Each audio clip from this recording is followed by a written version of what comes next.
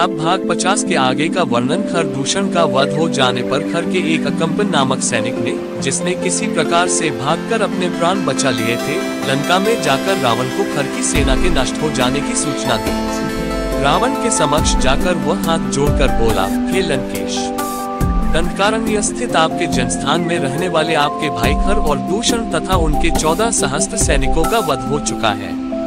किसी प्रकार से अपने प्राण बचाकर मैं आपको सूचना देने के लिए आया हूँ। ये सुनकर रावण को भारी क्रोध आया। उन्होंने कहा, कौन है जिसने मेरे भाइयों का सेना सहित वध किया है? मैं अभी उसे नष्ट कर दूंगा। तुम मुझे पूरा वृतांत बताओ। अकम्पन ने कहा, हे लंकापति, अयोध्या के राजकुमार राम ने अपने पराक्रम से अकेले ही सभी राक्षस वीरों को मृत्यु के घाट उतार दिया। इस समाचार को सुनकर रावण को आश्चर्य हुआ और उसने पूछा, खर को मारने के लिए क्या देवताओं ने राम की सहायता की है?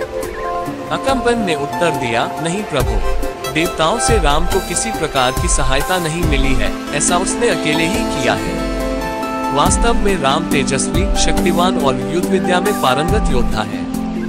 खर जैसे रणबांकुरे, जिसकी एक गर्जना से सारे देवता कांप जाते थे, वो उनकी शक्तिशाली सेना सहित उसने खेल ही खेल में समाप्त कर दिया। उसका रणकौशल देखकर मुझे प्रतीत होता है कि आप अपनी संपूर्ण सेना के साथ युद्ध करके भी उसे परास्त नहीं कर सकेंगे। मेरे विचार से उस पर विजय पाने का एक ही उपाय है। उसके साथ उसकी अत्यंत रूपवती, लावण्यमयी और सुकुमारी पत्नी भी है। राम उससे बहुत प्रेम करता है। वह अपनी पत्नी के बिना एक पल भी नहीं रह सकता। मेरा विश्वास है, यदि आप किसी प्रकार उसका अपहरण करके ले आए तो राम उसके वियोग में स्वयं ही मर जाएगा। लंकेश रावण को अकम्पन का ये प्रस्ताव सर्वथा उचित प्रतीत हुआ। तत्काल ही वह अपने दिव्य रथ पर सवार हो आकाश मार्ग से उड़ता हुआ अपने परम मित्र मारीच के पास पहुंचा।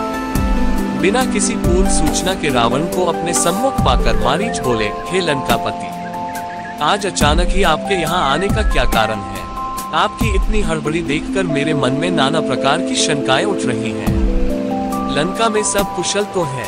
रावण ने कहा, मैं एक विशेष कारण से ही यहाँ आया हूँ। अयोध्या के राजकुमार राम ने मेरे भाई खर और दूषण को उनकी सेना सहित मार डाला है। अब मैं चाहता हूँ कि राम की पत्नी का अपहरण कर लूं और इसके लिए मुझे तुम्हारी सहायता की आवश्यकता है। सीता के वियोग में राम बिना युद्ध किए ही तड़प तड़प कर मर जाएगा और मेरा प्रतिशोध पूरा हो जाएगा। रावण के वचनों को सुनकर मारीच बोला, हे लंकापति, तुम्हारा यह विचार सर्वथा अनुचित है। जिस किसी ने भी तुम्हें सीता को हरने का सुझाव दिया है वह वास्तव में तुम्हारा मित्र नहीं शत्रु है। राम अत्यंत बलशाली और पराक्रमी है और तुम उससे किसी प्रकार भी जीत सकते। राम के होते हुए तुम उससे सीता को नहीं छीन सकते।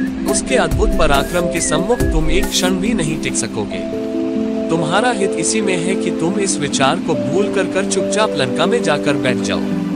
मारीच का उत्तर सुनकर निराश रावण लंका लौट आया। इसके आगे का वर्णन अगले भाग में। रामायण के सभी भाग सुनने के लिए हमारे चैनल को सब्सक्राइब करें।